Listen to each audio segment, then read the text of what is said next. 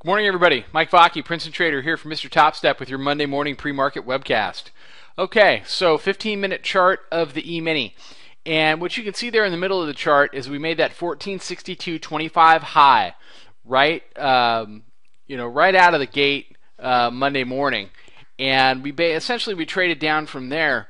We had mentioned the daily and 3-day pivot price magnet zones and how that could have set up a nice short trade, and I hope everybody jumped on that because it turned out to be a really nice way to put a short on early in the morning and then just kind of let the market work for you throughout the day. What we've seen in the overnight is some continued weakness, and I'm going to show you the daily chart in a minute, but my feelings are this. The bulls have tried to do 68 again. They ended up making a lower high at 1462.25. Now it is the bears' responsibility to come down and break through that low of 1443.5 that you see over there from Thursday and make a run at the 20-day pivot down at 1438.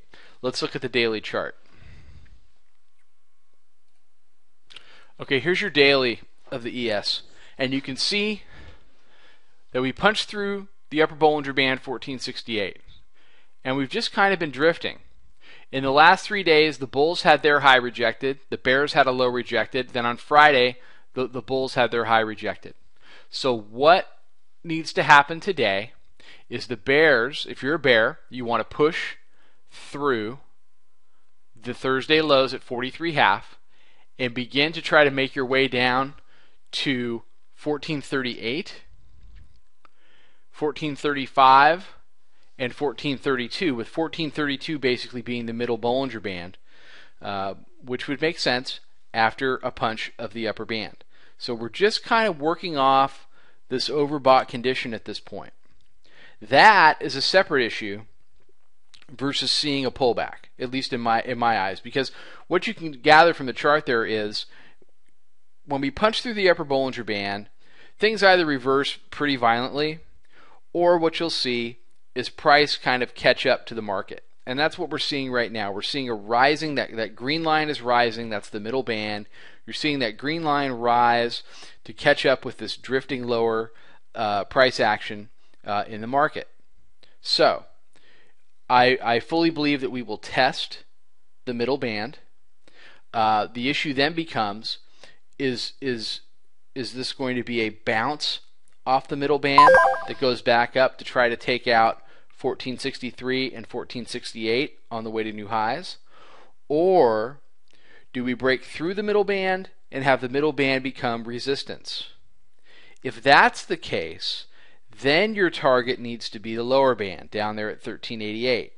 So there's a lot to be dealt with this week. Now that expiration is out of the way, that all these things have sailed off into the sunset, it's time to really get back to the market and price, support, resistance, and how the market is going to digest these 30 to 40 days into the election, and how the market is going to start to digest the fiscal cliff that is just over the horizon.